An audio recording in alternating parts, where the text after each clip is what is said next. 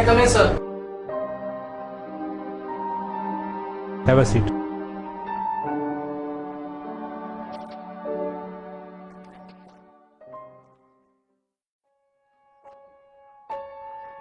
Science.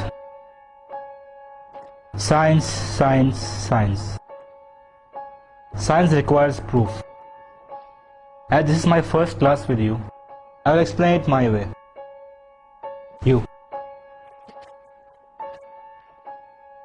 You are Muslim, right? Yes, sir.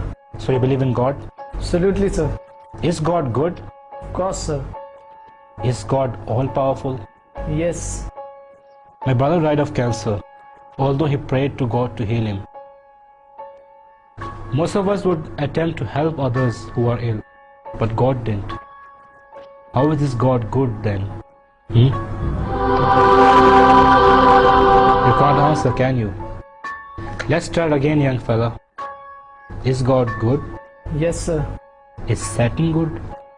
No. Who created Satan? That's right. Tell me, son, is there evil in this world? Yes, Professor.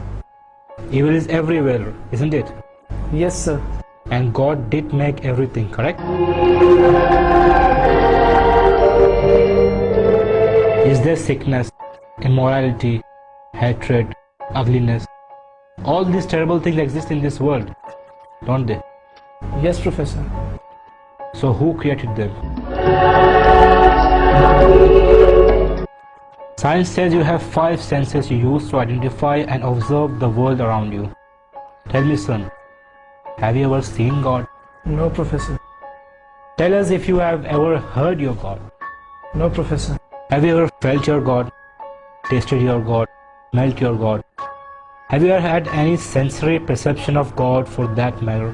No, I'm afraid I haven't. Yet you still believe in Him.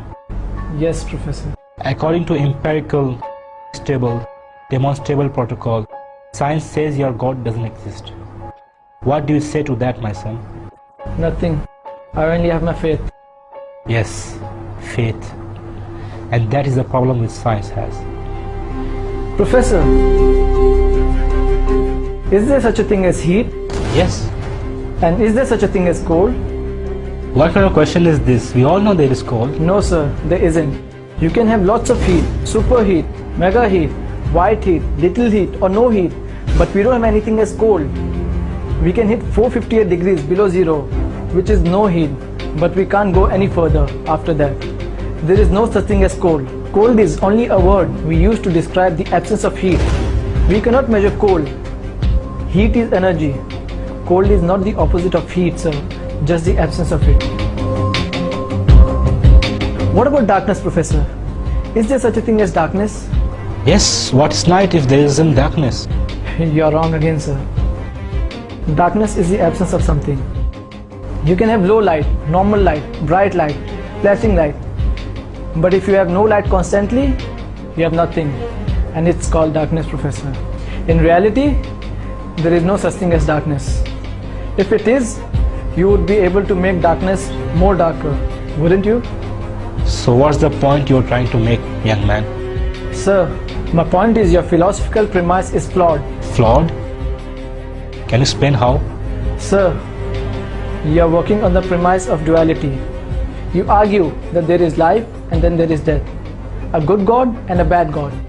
You are viewing the concept of God as something finite, something we can measure. Sir, science can't even explain a thought. It uses electricity and magnetism, but has never seen, much less fully understood either one. You view death as the opposite of life, is to be ignorant of the fact that death cannot exist as a substantive thing. Death is not the opposite of life, just the absence of it. Now tell me, Professor, do you teach your students that they evolved from apes? If you are referring to the natural evolutionary process, yes, of course I do. Have you ever observed evolution with your own eyes, Professor? Since no one has ever observed the process of evolution at work and cannot even prove that this process is an ongoing endeavor, are you not teaching your opinion, sir? Are you not a scientist but a preacher, Professor? Is there anyone in the class who has ever seen Professor's brain? No one appears to have done so. So according to the established rules of empirical, stable, demonstrable protocol, science says that you have no brain, sir. With all due respect, sir, how do we then trust your lectures, Professor? I guess you will have to take them on faith, son. That is it, Professor. The link between man and God is faith. Professor, it is not necessary to see something to believe in it. Sir, have you seen your 10th grandfather? No? So then how can you prove that he existed? My presence proves his existence because I have come from him. Exactly, Professor. The existence of this universe and life proves that there is a creator. That is all that keeps things moving and alive. Take your seat.